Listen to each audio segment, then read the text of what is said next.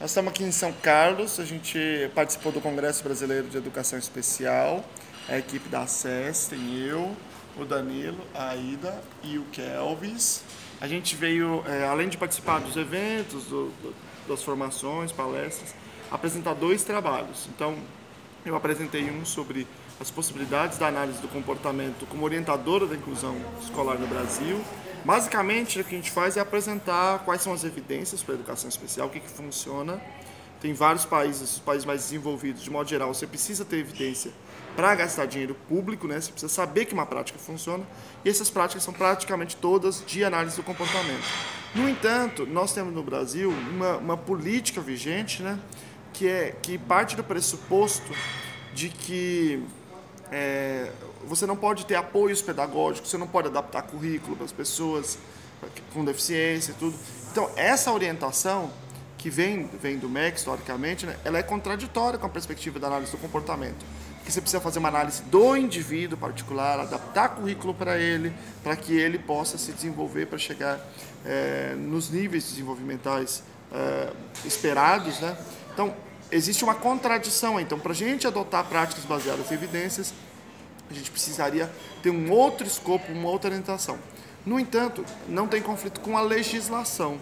E a gente sabe que os sistemas de ensino, nacional e municipais, estaduais, não são hierárquicos. Então, os municípios têm liberdade de fazer a sua própria regulamentação. Então, existe uma possibilidade aí de haver uma capilarização. Daí que a luta seja muito importante de ser feita nos municípios, para que a gente tenha práticas baseadas em evidências. E nós apresentamos um outro trabalho sobre adaptação de materiais, adaptação de currículo, e quem apresentou foi o Danilo. Então eu vou passar rapidinho aqui para ele resumir o que foi falado lá. Então, o nosso foi sobre as contribuições do nosso comportamento em função da adaptação de material, e também a gente falou sobre legislação da educação especial, usando todo o escopo e arcabouço que a lei nos deu para que fossem implementadas políticas para essa adaptação, né?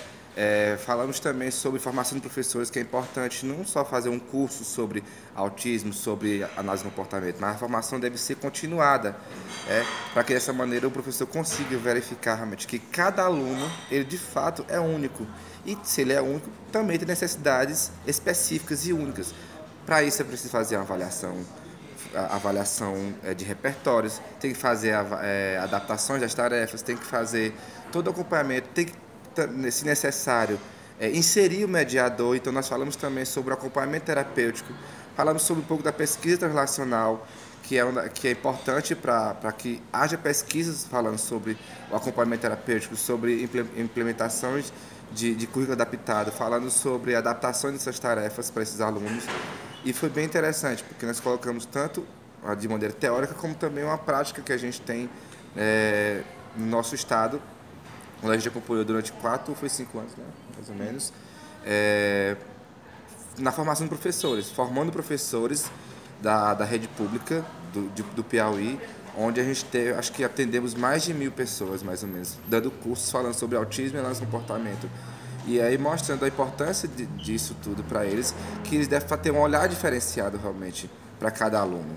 E quem apresentou foi o Kelvis também. Kelvis. Olá, tudo bem? Então nós estávamos falando, né, nessa apresentação sobre os pressupostos da análise do comportamento que contribuem para a formação desse currículo.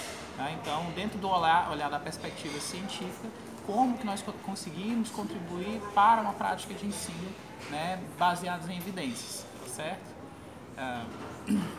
Acho que foi isso. Agora a nossa chefona aqui, ó, ela aqui, ó, eita, dá um recado aí. Chefona é demais, né?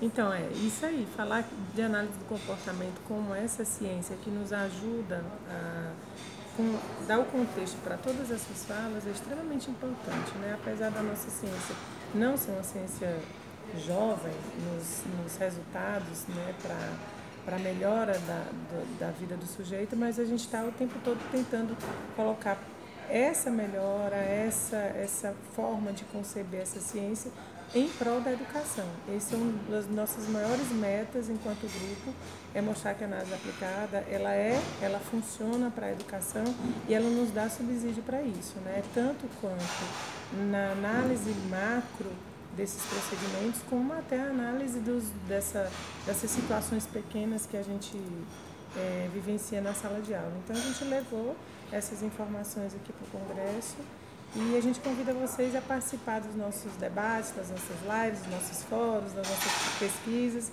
e contribuir com a gente nessa caminhada para uma educação melhor. Tchau. Tchau. Tchau. Tchau.